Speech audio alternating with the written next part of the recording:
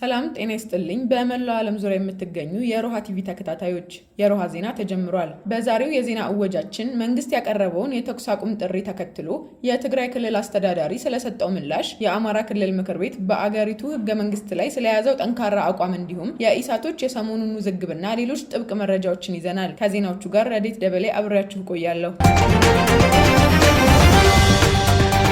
ህወሓት የትግራይ ህዝብ የሰብአዊ እርዳታ የሚያገኝበት ምቹ ሁኔታዎች ከተፈጠረለት ግጭት ለማቆም እንደሚስማማ ገለጸ። መጋቢት 16 ቀን 2014 ዓ.ም ህወሓት የትግራይ ህዝብ በመሬት ላይ ካለው ፍላጎት ጋር የሚመጣጠን የሰብአዊ እርዳታ የሚያገኝበት ምቹ ሁኔታዎች ከተፈጠረለት በተመጣጣኝ የጊዜ ገደብ ውስጥ የትግራይ መንግስት ግጭት የማቆም ጥሪውን በአስቸኳይ ተግባራዊ ለማድረግ ቁርጠኛ መሆኑን አስታውቋል። የትግራይ ህዝብና መንግስት አሁን የተፈጠረውን ግጭት በሰላማዊ መንገድ ለመፍታት ምንጊዜም ግልጽ አቋም አላቸው ሲል ህወሓት የትግራይ የውጭ ጉዳይ ጽሕፈት ቤት ባለው ተቋም በኩል መግለጫ አውጥቷል። መንግስት ለሰብአዊነት ሲባል ግጭት ለማቆም መወሰኑን ትናንት ማስታወቁን ተከትሎ አሜሪካና የተለያዩ ሀገሮች ይህን ውሳኔ መደገፋቸውን አስታውቀዋል። አሜሪካ ከቀናት በፊት ከመጋቢት 12 እስከ መጋቢት 13 2014 ዓ.ም የአፍሪካ ቀንድ ልዩ መልእክተኛዋን አምባሳደር ዴቪድ ሳተርፊልድን ወደ ኢትዮጵያ በመላክ ከኢትዮጵያ፣ ከአፍሪካን ዩኒየን፣ ከዩናይትድ ኔሽን ባለስልጣናትና ከረድኤት ድርጅት ተወካዮች ጋር እንዲነጋገሩ ማድረጋቸው ይታወሳል። በመሆኑም አሜሪካ የቻለችውን ድጋፍ ሁሉ ማድረጓን እንደምትቀጥል አረጋግጣለች። ባለፉት 4 ዓመታትም ይህንን መልእክት ለሚመለከታቸው ባለድርሻ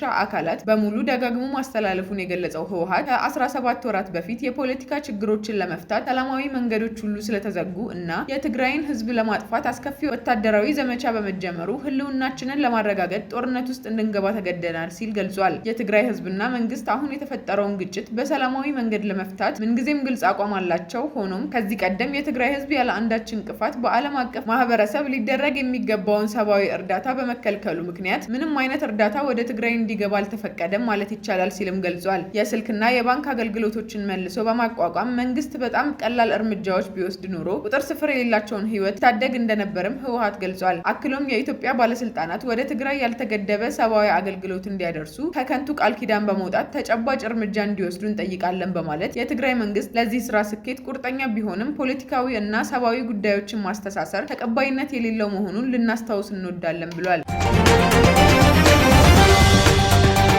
የኦሮሞ አባገዳ ህብረት ሰብሳቢ እና የጉጂ አባገዳ የሆኑት ጂሎ ማንዶ ታጣቂዎች በመኖሪያ ቤታቸው ላይ ጥቃት መፈጸማቸውን ለቢቢሲ ተናገሩ። አባገዳ ጂሎ ከትላንት በስቲያ ረቡዕ ዕለት መጋቢት 14 2014 ዓ.ም ከእኩለ ሌሊት በኋላ በቤታቸው ላይ ለተፈጸመው ጥቃት ራሱን የኦሮሞ ነጻነት ጦር ብሎ የሚጠራውን እና መንግስት ሸኔ የሚለውን ታጣቂ ቡድን ተጠያቂ አድርገዋል። የታጣቂ ቡድኑ ቃል አቀባይ ግን ታጣቂዎቻቸው የተባለውን ጥቃት አልፈጸሙም ሲሉ አስተባብለዋል። አባገዳው ጥቃት በተፈጸመበት ዕለት በመኖሪያ ቤታቸው ባለመኖራቸው ከጥቃቱ መትረፋቸውንና በንብረት ላይ ከደረሰው ውጪ በሰው ላይ ጉዳት አለመድረሱን ገልጸው በቁጥር ስንት ሆኖ እንደመጡ ባላውቅም በ4 ሞተር ሳይክሎች መጥተው ቤቱ ላይ ተኩስ ከፈቱ። በርካታ ጥይት ተኩሰው ቤት ሰባብረው ቤት ውስጥ የነበረ 1 ኩንታል ቡና በትነው ሄዱ እንጂ ሰውና ከብት ምንም አልሆነም በማለት የነበረውን ሁኔታ አስረድተዋል። አባገዳው ታጣቂዎች ትጥቅ ፈተው የሰላም አማራጭ እንዲከተሉ ጥሪ ማስተላለፋቸው የጥቃቱ ኢላማ እንዲሆኑ እንዳደረጋቸው በመግለጽ እነርሱ መጀመሪያም ቂም ይዘውብኝ ነበር፣ እየደወሉ የኦሮሞ ነጻነት ጦር በሰላም ግቡ እያልክ የምትቀሰቅሰው አንተ ነህ፣ እንዲሁም 600 የሚሆን ሰራዊት አስገብተህ ትጥቅ አስፈትተህ መሳሪያቸውን ወርሰሃል፣ ያን መሳሪያ እስክታመጣ በህይወትህ ፍረድ ይሉኛል ሲሉ ጂሎ ማንዶ ከታጣቂዎቹ ይደርስባቸው ስለነበረው ዛቻ ገልጸዋል። ራሱን የኦሮሞ ነጻነት ጦር ብሎ የሚጠራው ታጣቂ ቡድን ቃል አቀባይ የሆነው ኦዳ ተርቢ የኦሮሞ ነጻነት ጦር አባገዳዎችንና የአባገዳ ስርዓት እንደሚያከብር ገልጸው በከረዩ አባገዳዎች ላይ የተፈጸመውንና የመንግስት ጦር ለስርዓቱ ያለውን ንቀት ከግምት በማስገባት ይህ የተፈጸመው በመንግስት ጦር ሊሆን ይችላል ብለዋል። አባገዳ ጂሎ እንደሚሉት በሚደርሱባቸው የግድያ ዛቻዎች ምክንያት ለህይወታቸው እንደሚሰጉና ባለፉት 3 ዓመታት ከመኖሪያ ቀያቸው ወጥተው ከተማ ውስጥ ቤት ተከራይቼ ነው እየኖርኩ ያለሁት ሲሉ አስረድተዋል። ጉጂ ሰላም ርቋታል በማለት በአካባቢው የሰላም እጦት መኖሩን የሚናገሩት አባገዳው ታጣቂዎቹ በርካታ የምዕራብ ጉጂ ወረዳዎችን ተቆጣጥረው እንደሚገኙ በመግለጽ የታጣቂዎቹ ካምፕ ሄጄ ሰላም አውርዱ ብዬ ለምኛለሁ፣ በአፈሙዝ እንጂ አንታረቅም አሉኝ። መንግስትና እነሱን ለማስታረቅ ፍላጎት ስላለኝ ጠሉኝ እንጂ እኔ ለየትኛውም አካል አልወገንም በማለት የተለየ ድጋፍ እንደሌላቸው ይናገራሉ ሲል ቢቢሲ ዘግቧል። የአገራዊ ምክክር ኮሚሽን ይፋዊ ስራ ማስጀመሪያ ፕሮግራም አካሄደ። ኮሚሽኑ በፓርላማ ከተቋቋመ ጀምሮ ቢሮውን በማደራጀት ላይ መሆኑን፣ በቀጣይ 3 ዓመታት የሚፈጽማቸውንና በአዋጅ የተሰጡትን 12 ዋና ዋና ኃላፊነቶች የሚፈጽምበት ደንብና መመሪያ እያዘጋጀ ስለመሆኑ እንዲሁም ከሚዲያ ጋር ሊኖር ስለሚችል ግንኙነት የሚረዳ የሚዲያ ስትራቴጂ ዝግጅትና ሌሎች ስራዎችን እያከናወነ መሆኑን ዋና ኮሚሽነሩ ዶክተር መስፍን አርአያ ተናግረዋል። ኮሚሽኑ በተያያዘው በጀት ዓመት ቀጣይ ወራት ውስጥ የተጀመሩ ጥቂት ስራዎችን በማጠናቀቅ ለቅድመ ውይይት ስራ እንደሚዘጋጅ ዋና ኮሚሽነሩ በፕሮግራሙ ላይ መናገራቸውን ዋዜማ ሬዲዮ ዘግቧል። የአማራ ክልል ምክር ቤት 6ኛ ዙር 1ኛ ዓመት የስራ ዘመን 2ኛ መደበኛ ጉባኤ በባህር ዳር እየተካሄደ ሲሆን በመድረኩም የወልቃይትንና የህገ መንግስቱን ጉዳይ ጨምሮ በርካታ ሀሳቦች ተነስተዋል። በወንጀል የተጠረጠሩ ግለሰቦችን ከንጹሃን ለይቶ በመያዝ በኩል ክፍተት እንዳለ የምክር ቤት አባላቱ ያነሱ ሲሆን ወንጀለኛ ይያዙ፣ ነገር ግን አያያዙ ንጹሃንን እንዳይጨምር ጥንቃቄ መደረግ አለበት ብለዋል። በኦሮሞ ብሔረሰብ አስተዳደር የጸጥታ ኃይሉን ስምሪት በማጠናከር ቀጠናውን ማስተካከል እንደሚገባና የሽብር ቡድኑ ህወሓት እንዳይነሳ አድርጎ ለመስበር ማህበረሰቡን አስተባብሮና አሰልጥኖ መስራት እንደሚያስፈልግ በምክር ቤቱ የተነሱት ሌላኛዎቹ ጥያቄዎች ናቸው። ለወልቃይት ጠገዴ ሰቲት ሁመራ የፌዴራል መንግስት በጀት የማይመድብለት ለምንድን ነው ሲሉ የምክር ቤቱ አባላት ጠይቀዋል። በክልሉ ያለው የጸጥታ ችግር በምን መንገድ ነው የሚስተካከለው? ለማስተካከልስ ለምን አይሰራም? የክልሉ መንግስት አቋሙና አቅጣጫው ምንድን ነው የሚለው ሌላኛው የምክር ቤቱ ጥያቄ ነው። በክልሉ ዋግን ጨምሮ ያልተለቀቁ አካባቢዎች ስላሉ ንጹሃን ችግር ውስጥ ናቸው ያሉት ያለው ምክር ቤት ተፈናቃዮቹ በቂ ምግብ እየቀረበላቸው እንዳልሆነና